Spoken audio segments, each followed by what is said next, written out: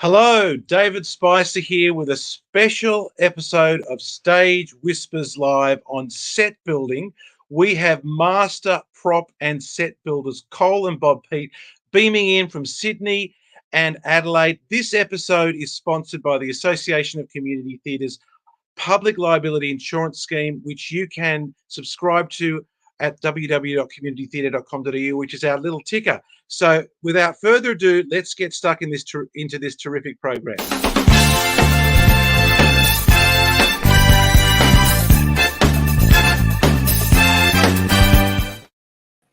Here we are. We're live. Bob and Col.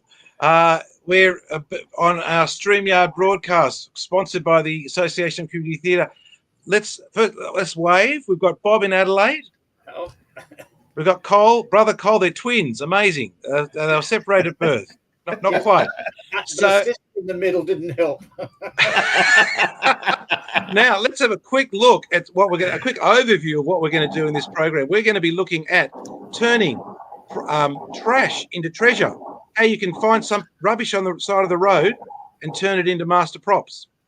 We're going to be talking about model boxes, how important they are. And we're going to be looking specifically at some big productions. Beautiful. Cats. Beauty and the Beast.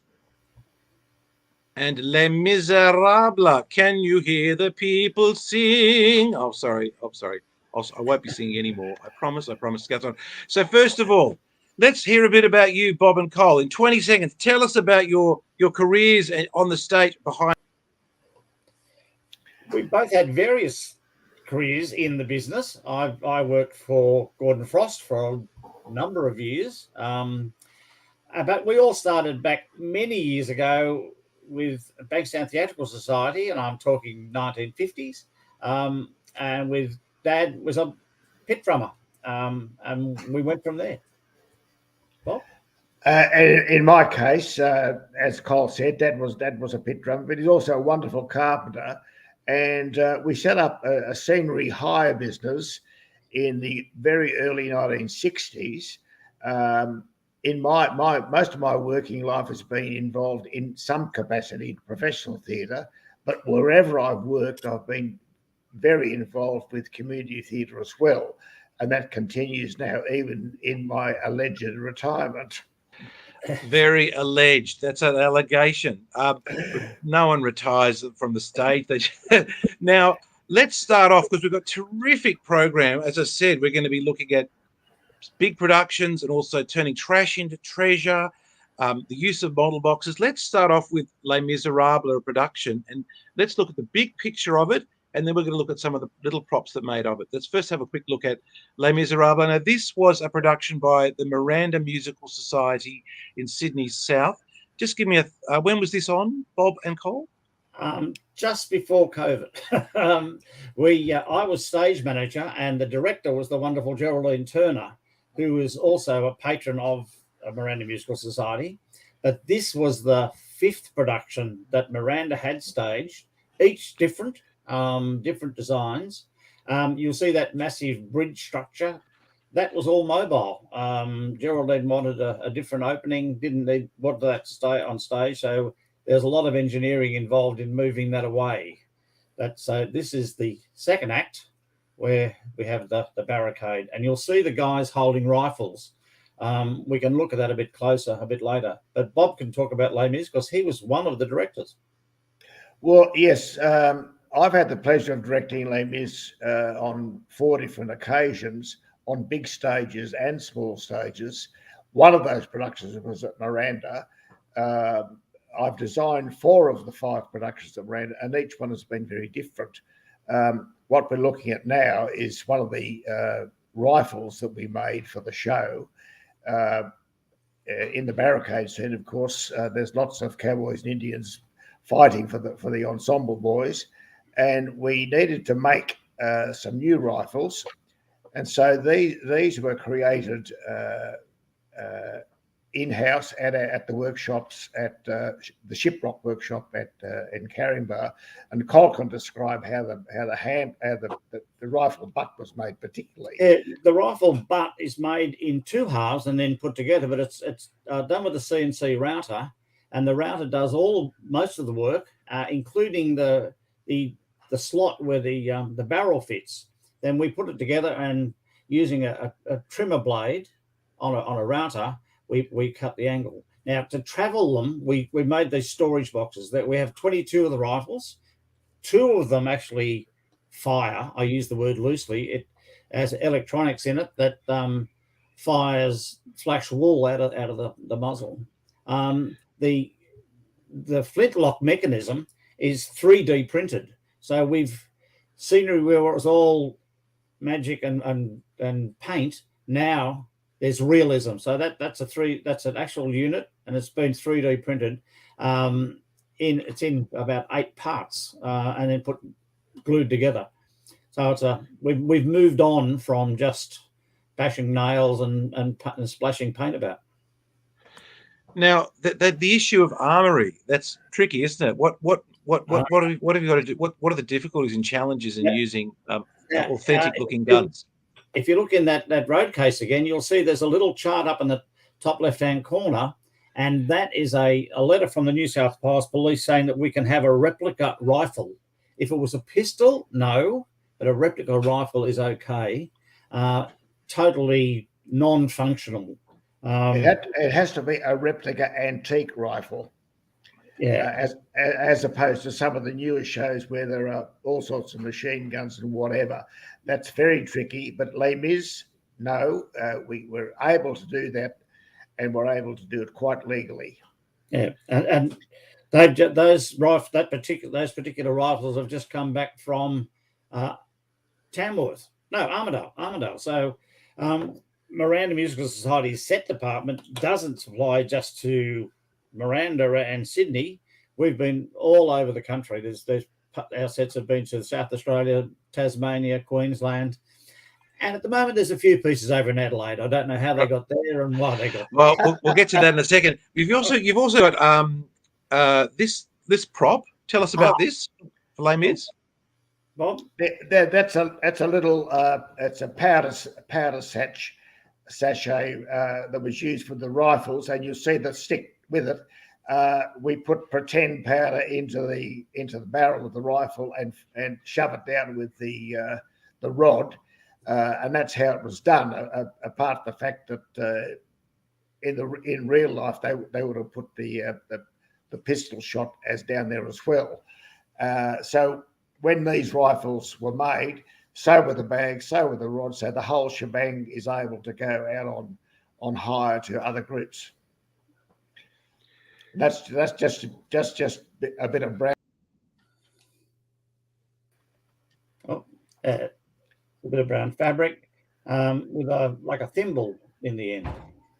The thimble is in fact a little Christmas bell with the ringer taken out.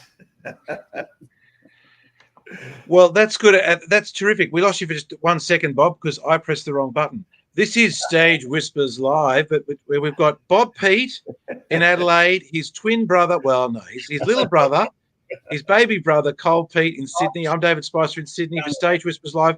We've got some more terrific set and prop tips on this Stage Whispers TV Live, sponsored by the Association of Community Theatres Public Liability Insurance Policy.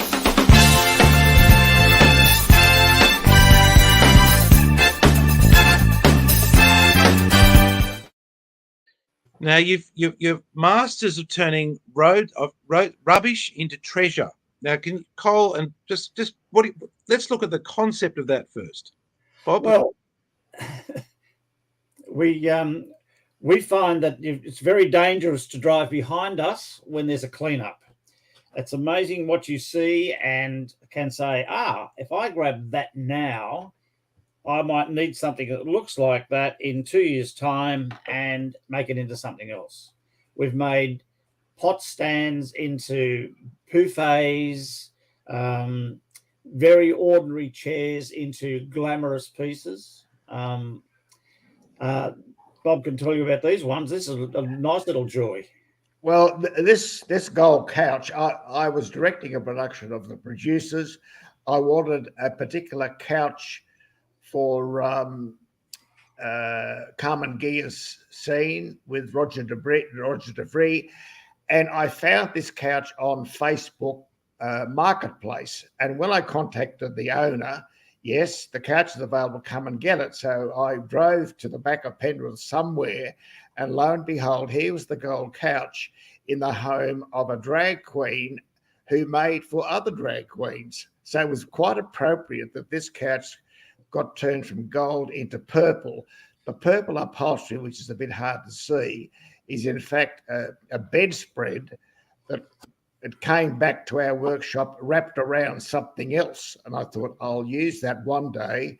And one day turned up with The Producers. And so there we have this very gay looking couch, which is a lovely piece for The Producers. Wonderful. Okay. You're proud of lots of rubbish that you've picked up that you've turned into treasures. I'll just have a look. Now, your chairs, you've got lots of. Tell me, what's the story behind these chairs? Well, these chairs were about 500 metres from the workshop in a clean-up. I was driving home one afternoon and I saw one that was on the top of the pile, and I thought, I'll have that, and I stopped and got it, picked it up. And later that afternoon, when I was at home, I got an email from somebody who wanted 4 particular chairs. And I thought, the one I've got is probably what they want. I wonder if the other ones are there. So the next morning at 8 o'clock, I went back, and sure enough, there were the other 3 chairs under the rubbish. So I was able to rebirth them. They were black with the green upholstery, and I actually hired them to the group. So they cost nothing, and they've earned us some money. Then later, one of them. Yes, I see this one here next to it. Yes, one of them afterwards we turned into the elaborate wheelchair, which is used in Wicked for Nessa Rose when she becomes the governor or whoever. And so that's quite a lovely piece. It all comes apart, fits into a road case.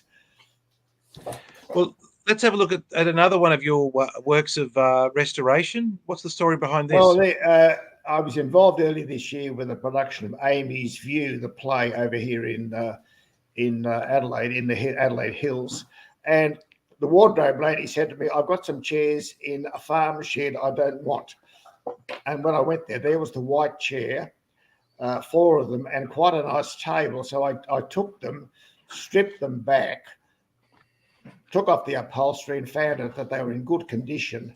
This little table here, it was used, I found that in a church rubbish heap late last year, and that was rebirth, and that was used in a production of The Hypochondriac. So that was a good find, and it cost absolutely nothing. Well, that's terrific. And so basically, don't drive behind you if there is a council cleanup, because it could be quite dangerous. But you do sometimes make props. I've got something pretty schmicko here. Tell us about these radios. Well, these radios, we didn't make them actually. When I was at the venue running IPAC in Wollongong, we used to do in-house productions. And of course, we've got relatives everywhere. And my dad's brother Bert, he came along, and he could do this stuff. So he became our prop maker, and he made these 2 radios, which we've used in Annie. Then later, when IPAC bequeathed the props to Miranda Musical Society, we've used those many times since. Yeah, they've just gone out last month. They were one of the first things that went out. They're one of the first shows that we did after COVID. They've just come back from PLC at Croydon for their production of Annie. So look, quickly, let's tell us, just Bob, you've had an amazing career. You've worked all over Australia. You've managed venues. You're now in Adelaide. Tell us about the community theatre, what you're doing, who you're working for in Adelaide at the moment. Well, the theatre, I'm on the committee there, and the Stirling Community Theatre manages that venue where there are 3 in-house groups, resident groups, and the Stirling Community Theatre committee underwrites their productions so that they can stage shows without fear of going broke. Now, to my knowledge, that has never happened. They've never had to call on the committee to bail them out. In fact, any profits made from a show go to the main committee. So this is the Sterling. You're working. You're prop making in your retirement for the community theatre in Adelaide suburb. In the hills, yes. I've built 4 shows now for the Sterling players. I'm working on one right now, which bumps in 2 weeks' time. It's the complete works of William Shakespeare abridged, and that's. Excellent. So, Col, what you're working in Sydney? I'm working in Sydney. We've just done a major rehash of our store at Miranda, and I'm currently working on this very minute. I'm working on a model box for a new production of Sweeney Todd. That's not for Miranda. Miranda is still waiting for a venue. Sutherland Council, in their wisdom, have closed both venues in Sutherland while they do renovations at the same time. Oh dear. We'll be flat out doing some new works for them. All right, let's talk about model boxes, because that's a really important topic in set and prop making. And first of all, we're going to do a show and tell. I'm going to ask Col to show the model box that you've got there. For Sweeney Todd, I make a scale model. This is the central unit and becomes 4 scenes in one on a big truck. It travels up and down stage and turns by the cast. This is done in a scale of 1 to 25. And from that, we make technical drawings and make the actual items. And it's amazing that when we put the sets in, some people say, that looks just like the model. And as we do, there'll be some risers and number of pieces. Wonderful. Hang on. Let's have a look at the rest. So this is, I'm just starting this now. So this will become a riser. Now, it doesn't look much, but that's 2.1 meters high in real life and about 6 meters long. So it's a big piece. And we'll make that out of steel. And then it'll be safe for the kids to use, because this is a school's production. Wonderful. So now, Bob, it's your turn for show and tell, and I'll press the right button. I won't cut you off again accidentally. Let's have a look at your model box, Bob. Okay. This is a model box for the complete works of William Shakespeare. When the audience comes in, they'll see this big packing case on stage. And if you just hold for a sec, I'll show you what happens. The cast will do this.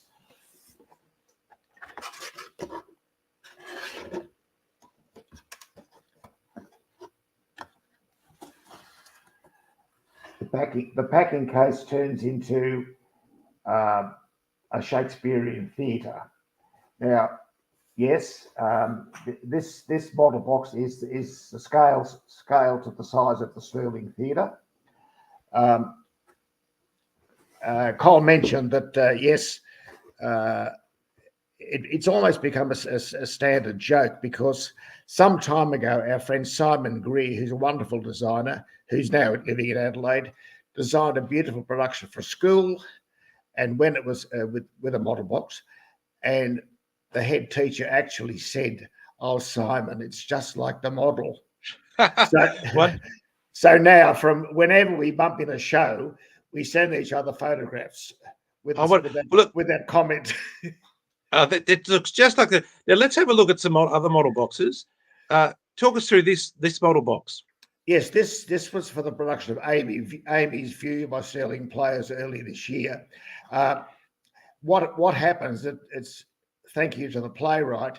The last 10 minutes needs 2 extra scenes.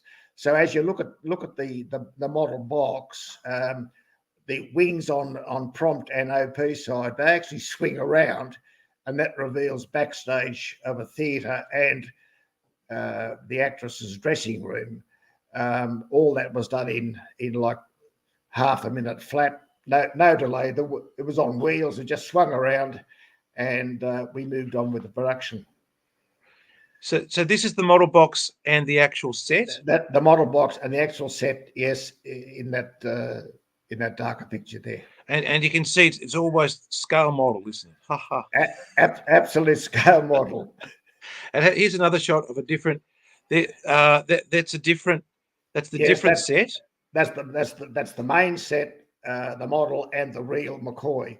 The good thing about it is with a model box the producer, the director can have it with him, and it's easy then for the cast to know that there will be a door there, particularly when you mark the floor for rehearsals. They know there'll be a window. They know that's where the couch will be.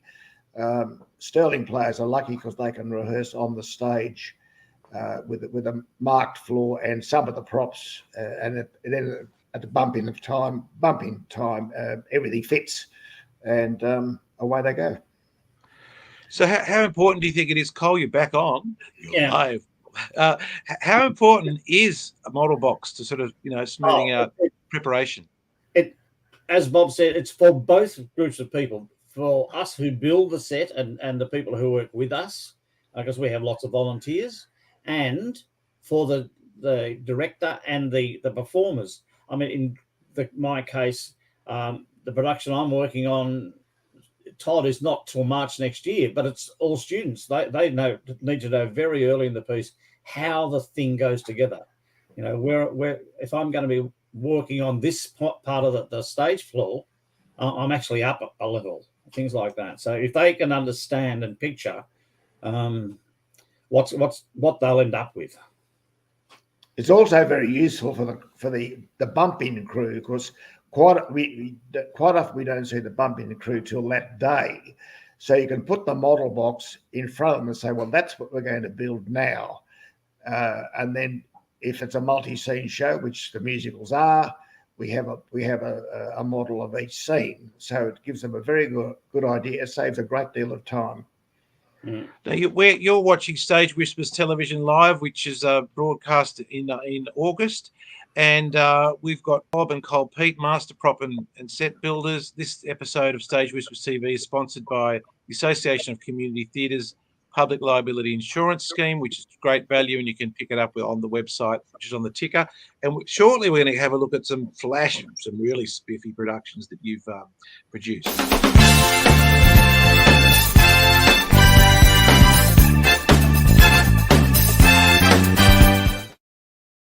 Now, what I want to have a quick look at is Man of La Mancha, which was also done on your home base at Miranda. Col, what's remarkable about this image? Well, there's a couple of things. All of that set cost nothing other than some paint. It was all made out of stock, old flats, old bits and pieces. But when you look at the magic of that photo, you may not notice it, but it's a colour photo. It looks black and white, but that's the image we were trying to portray. So it's silver and blacks and greys. But two of the characters, Aldonza, who's laying on the floor downstage OP, and Sancho is on OP, is on prom side, and they're in colour, but there was no colour trickery done, no imagery reprinting. It's actually a colour photo. And that's poor old Don laying on the ground, surrounded by the Knight of the Mirrors and his troops. Wonderful. Let's have a look at Beauty and the Beast. Bob, tell us a bit about this image. This was the second version of Beauty and the Beast we did at Miranda Musical Society. Although the blue and silver wardrobe was made for a production which I directed some years earlier. It's technically a costume, but it fell upon us to make because it was such a trick, and those doors open and there's drawers that slide in and out, so it had to fit, be made to fit comfortably the actress who's inside, because she's got to sing so well. The other costumes were from James Warner's collection. And they've been used to great advantage in a number of productions of Beauty and the Beast. This is the chip trolley with the teapot again, Mrs. Potts, and we had several types of cup that sit on top of this trolley, which we made. Of course, the kid is inside it, and the face is inside the cup in one of a number of cups that we use. Behind it is the set, and the set was quite splendid, and it revolved. And in the above Mrs. Potts' head, there's a level there that in fact had a lift, and the lift was used in the transformation in the very end, the last scene, when the beast transforms back to a prince. It was absolute smoke and mirrors, but he actually went down inside the truck, and the double came up. We used there were two people that playing that particular role. So and this one, of course, is Cats. I had the pleasure of touring with Cats for 14 months in a tent all around Australia. This one is very different, and I've got to say this stood up as well as the professional show. It was a bit like cat scratching boxes. Yeah, this current shot is from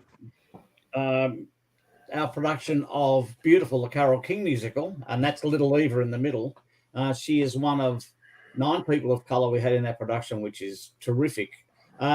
She works as a model, which is really handy, and has a twin sister that we had in the show as well. But the set uses electronics. So there was a big steel structure with a frame in front of it, and all those white lines that you can see now can be changed so that we can have like one window or any window. It can be any colour. Very spectacular. It was the longest show I've ever worked on as a director. 2 years, 3 months and 14 days from audition to opening night. But there was a little bit of a rest in the middle called COVID. Wonderful. Well, look, just to finish off the program, I just wanted to focus on, props which range from being simple or complex. Now, let's have a look at this safe. This looks a very impressive prop. It's not safe. It's not a safe. It's a door. It's a special effects door for Annie. So during Annie, in the radio show, they say, "Oh, here's someone coming through the door." So the door opens. Someone knocks the door, and the door can close. So they're live on stage. Sound effect. There it is. Simple as it was in the days in the 20s radio. And here's another simple prop. Yeah. This was a log. It was made for Beauty and the Beast in that song Kill the Beast. And all it is, it's smoke and mirrors. It's a heavy cardboard tube. The ends are filled in with timber, and then calico is dipped into white glue and draped over the cardboard tube and given some shape. And when it dries rock hard. A bit of paint, and we have what looks like an instant log on stage. But it's not just painted flat. It's got makeup on it. So that there's texture, there's colour. You can paint it brown and it'll look like nothing. But a little bit of colour here and there, highlighting the shape and the texture, makes all the difference. And it takes hardly any time to just add that little touch. So instead of having a plain brown wall or a plain green wall, a little splash of colour on it, a little flick here and there. We have a technical term called flicking and flucking. And that, I've got to be careful how you say that. Yeah, don't say that when you've had a few drinks, Col. and that just gives things life, gives it texture. Wonderful. Well, that's been terrific. We've had almost no glitches apart from when I accidentally turned Bob off for 1 second. And we've had Bob Peet in Adelaide, who's the champion set builder and venue manager and director. We've got Col Peet, who was director, set builder extraordinaire. David Spicer here with Stage West was sponsored by the Association of Community Theatres Public Liability Insurance Policy. We're going to do occasional masterclasses in stagecraft from time to time because we used to get together face-to-face conferences. We will again in the future, but for the time being, these sorts of virtual seminars are terrific, aren't they? You can and you can do it from your lounge room in your pajamas, or no, but I'm not. No one's in our pajamas. But anyway, so thanks, Col and Bob, and terrific episode of Stage Whispers TV Live. Thank you. Thank you, David. Goodbye, everybody.